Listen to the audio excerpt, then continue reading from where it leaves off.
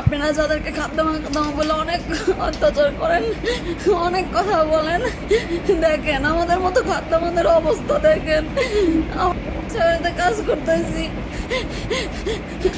সকাল 10টা বাজে ঘুম থেকে উঠছি, রাত 12টা পর্যন্ত একভাবে কাজ করছি, 5 মিনিটের জন্য বসি নাই। তারপরে ওরা এসে এত খারাপ ব্যবহার করতেছে। 5 মিনিটের জন্য ঘরে আইসি দেখা এতটা খারাপ ব্যবহার করতেছে জানেন। সকালে একটা রুটি খাইছি, 1 কাপ চা খাইছি, খাইয়া রাত 12টা পর্যন্ত কাজ করছি একটা না কইরা 5 মিনিটের জন্য ঘরে আইছি। যে কাজগুলো বাংলাদেশ হইলে এই কাজগুলো 10 জন লাগতো। সেই সকালবেলা উঠা সকাল থেকে 11টা রুম গোছাইছি, 11টা রুম ঝাড়ু দিছি, তারপরে ঘরে সব কিছু মুছছি, থালাবাটি ধুইছি, মনে হয়েছিল 1000 লোকের থালাবাটি ধুইছি। তারপরে চা বানাইছি, খাওয়ানো সব বানাইছি, সব প্লেটে প্লেটে দিছি। সকাল থেকে সারাদিন কাজ করছি, তারপরে ওরা এতটা খারাপ ব্যবহার করতেছে। আল্লাহ কেন আমাকে গরিব বানাইলো? কি লাগে মানুষের এত কথা শুনতে হয়, এত অত্যাচার সহ্য করতে হয়? আমরা কি মানুষ না গরিব দেখো? আল্লাহ কি লাগে গরিব বানাই, এত কষ্ট দিতে হবে?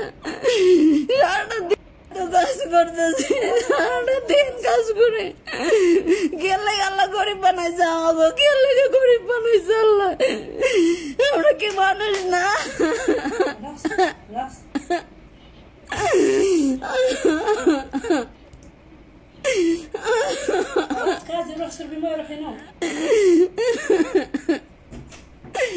আমরা কাজ করে দেখে আমরা গরিব মানুষ দেখে আমরা মানুষ না।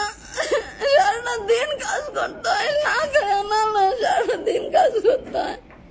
তারপরে আমাকে কয় আমরা কি মানুষ না? আমরা কি মানুষ না?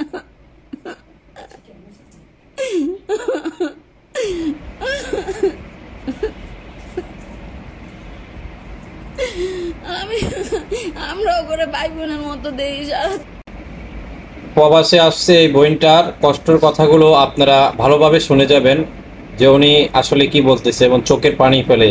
এটা অনেক অনেক অন্যায় হচ্ছে আমাদের এই বাংলাদেশি মহিলা যারা শ্রমিক আছেন, নারী শ্রমিক, তাদের উপরে এই অত্যাচারটি হচ্ছে। সে কিন্তু আপনাদেরকে এখানে কোনো টিকটক বানানোর জন্য ভিডিও করে সোশ্যাল মিডিয়াতে দেয় নাই, সে কিন্তু তার দুঃখ প্রকাশ করে চোখের পানি ফেলে তারপরে বলছে। আপনারা